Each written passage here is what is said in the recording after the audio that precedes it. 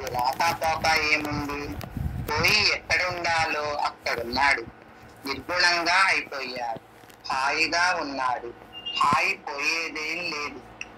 కొన ఊపిరిగా ఉండి శరీరం ఉన్నదాని వలె ఉంది. ఇప్పుడు వచ్చిన సమాధి రావటానికి సిద్ధపడ్డానే నేనేమవుతానో అనేటప్పటికీ సమాధి ఆగిపోతుంది. ఈ సమాధులు మనం కోరుకుంటే వచ్చే సమాధులు కావు. శరీరం మీద గబుక్కున తలనొప్పి వస్తుంది. అప్పుడప్పుడు అలా శరీరం మీద విశ్వాసం పోయి, జగత్తు మీద విశ్వాసం పోయి, ఇక్కడ అన్నిటి మీద నమ్మకం పోయి ఉన్న పరిస్థితిలో మనకు సమాధి వస్తుంది. జగత్తు మీద విశ్వాసం పోయి ఇక్కడ అన్నిటి మీద నమ్మకం పోయి ఉన్న పరిస్థితిలో మనకు సమాధి వస్తుంది.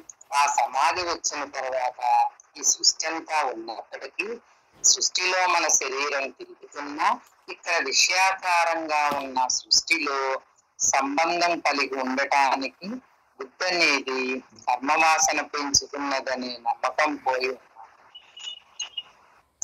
మనకి తగాదాలు పెట్టేది పోయింది, మనకి జన్మలు తీసుకొచ్చేది పోయింది. అంటే నిర్గుణతత్వానికి సగుణతత్వానికి మధ్య ఉండే లింక్ పోయింది. చెప్పండి.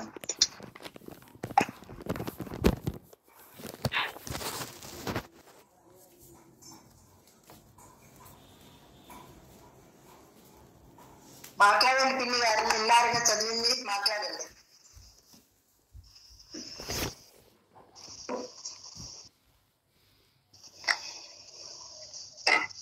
అది బుద్ధి ఉంటే గనక అన్ని ఉన్నాయి. ఎందుకని బుద్ధిలో బుద్ధిలో ఎలా ఉంది, శరీరం ఏంటి నమ్మకంలో ఉన్నప్పుడు వాడికి ప్రపంచం సర్వం ఉంది.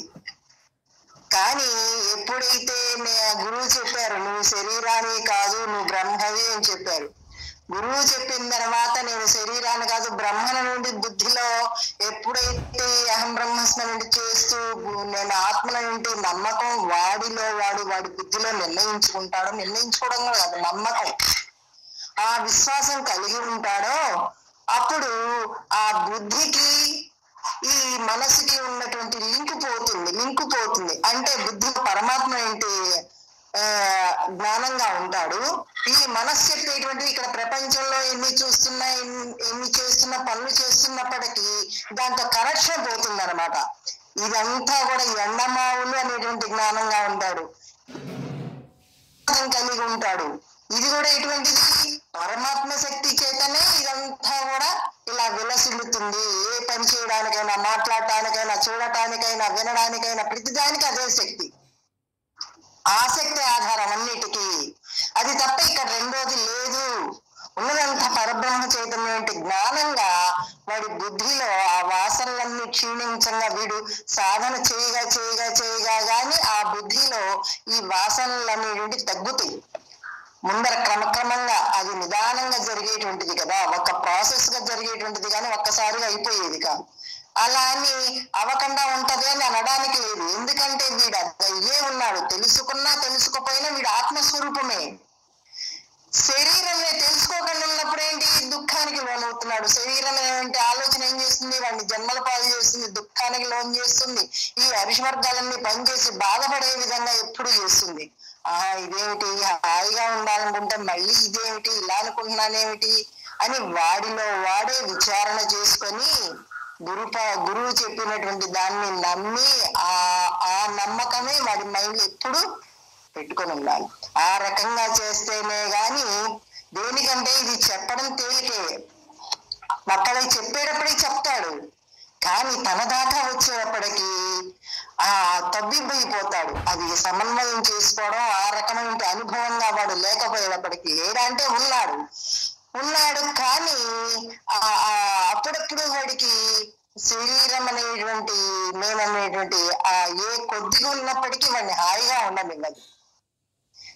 అవతల వాడి వల్ల నేనేదో బాధపడుతున్నాను, నేను ఎంత జ్ఞానంగా ఉన్నప్పటికీ అని చెప్పేసి వాడిలో అలా తోస్తుంది అనమాట. ఇదంతా కూడా మాయ యొక్క కార్యమే.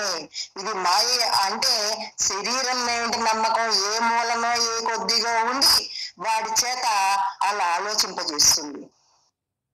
అది కనుక వాడిలో వాడు తెలుసుకున్నాడు అనుకో, ఆహా కీలకం ఇక్కడే ఉంది, ఇక్కడ ఎవరు లేరు, శరీరం లేదు, కొడుకులు లేరు, కోడలు లేరు, మొగుళ్ళు లేరు, పిల్లలు లేరు, సంసారం లేదు అని చెప్పేసి చెప్తూ జ్ఞానంగా ఉన్నానంటూ మళ్ళీ ఇక్కడ విషయం దగ్గరకు వచ్చినప్పటికీ మళ్ళీ కొడుకుని చూస్తున్నాము, కోడళ్ళని చూస్తున్నాము, మనవాళ్ళని చూస్తున్నాము, కూతుళ్ళని చూస్తున్నాము, మొగుడు చూస్తున్నాం.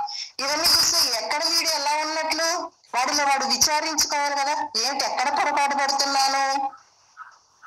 వాడిలో వాడు అంటే బుద్ధిలో బ్రహ్మలో వంటి విశ్వాసంలో వాడు ఎప్పుడూ ఉన్నట్లయితే, సమాధిని ఆశ్రయించి సహజ సమాధిగా ఉన్నట్లయితే ఇవన్నీ కూడా వాడిలో వాడే సరి చేసుకోగలను అన్నమాట. ఆ లింక్ పోతుంది. అప్పుడు ఆ లింక్ పోయినప్పుడు ఇంక ఇది సహజమైపోయి వాడు హాయిగా ఉంటాడు. ఇక్కడ ఏది చేస్తున్నప్పటికీ అంటే అలానే అధర్మంగా ఏమున్నాడు, శరీరాన్ని శరీర ప్రవర్తన ఎప్పుడు ధర్మంగానే ఉంటుంది. ధర్మమే భగవస్వరూపం. ధర్మం వేరు, భగవస్వరూపం వేరు కాదు.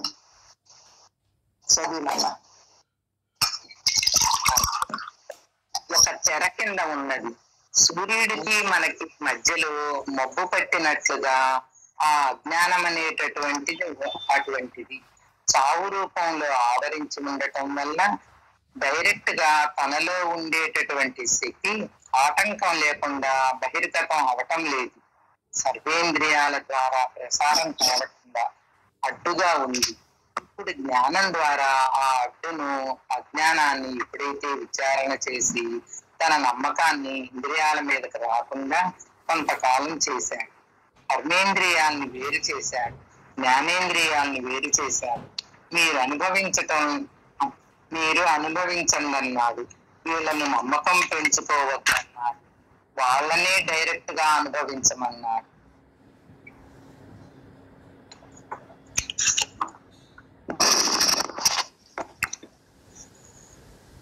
చదువునా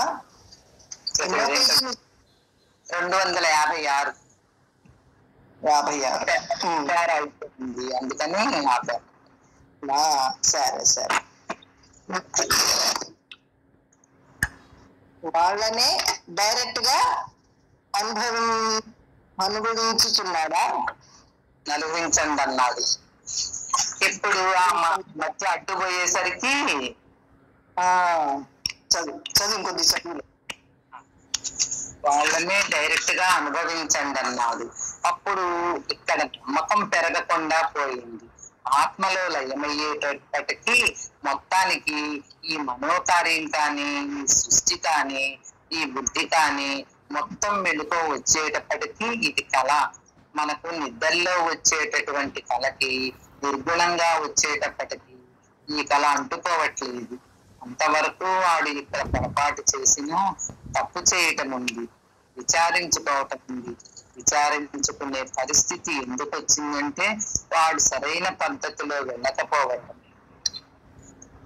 ఒక్కొక్కసారి మజ్జిగ చిలికినప్పుడు వెన్నపూస ఎండాకాలంలో జావలాగా అయిపోయి ఇటు మజ్జిగలో కలవదు, అటు చేతికి రాదు. దాన్ని ఫ్రిడ్జ్లో పెట్టి చల్లపరచాలి, ఒక పద్ధతిగా రాదు. అలాగే మనం ముందుకు పోయే అవకాశం ఉండదు. అది గడ్డకట్టి వెన్నపూసంతా దగ్గరికి వస్తే కానీ జిగురు లేకుండా మజ్జిగ మంచిగా ఉండదు. అలాగా ఈ బుద్ధి యొక్క జిగు కూడా జాగ్రత్తగా మనం తీయటానికి ప్రతి విషయాన్ని సున్నితంగా తను ఒక అగ్ని కింద ఉన్నట్లయితే తన మీద ఇటి చుట్టలా ఆవిరవుతుంది. ప్రతి ఊహ కూడా తను సముద్రం కింద ఉన్నట్టుగా, విగుణం కింద ఉన్నట్లయితే ప్రతిదీ ఉప్పురాయి కింద ఉంటే విషయం అందులో కరిగిపోతుంది, ప్రత్యేకత పోతుంది. అంటే మనసు తనదే, ఇంద్రియాలు తనే, బుద్ధి తనదే. అట్లా తను పెట్టుకున్నది. చిన్న లక్క పిడతలు పెట్టుకొని పప్పు కూర అని ఆడుకుంటారే, అట్లాంటి ఆట అయిపోయింది. ఇది ఆటను బంధింపబడదు. ఏంటంటే వీడు ఆ జ్ఞానంగా కూడా ఆలోచిస్తున్నాడు, జ్ఞానంగానే ఉన్నాడు. కానీ ఒక్కొక్కసారి సందర్భం వచ్చినప్పుడు, విషయం వచ్చినప్పుడు అది ఎటు తెలుసుకోలేక ఆ ఎండాకాలంలో గనక మజ్జిగ చిలిగితే ఏమండే జై గురుదేవ్, నాకు సౌండ్ వినపట్టలేదండి, సౌండ్ పెంచండి. సౌండ్ బానే ఉందండి. మీ ఫోన్ సౌండ్ సరిగా లేదు, ఫుల్గా పెట్టండి.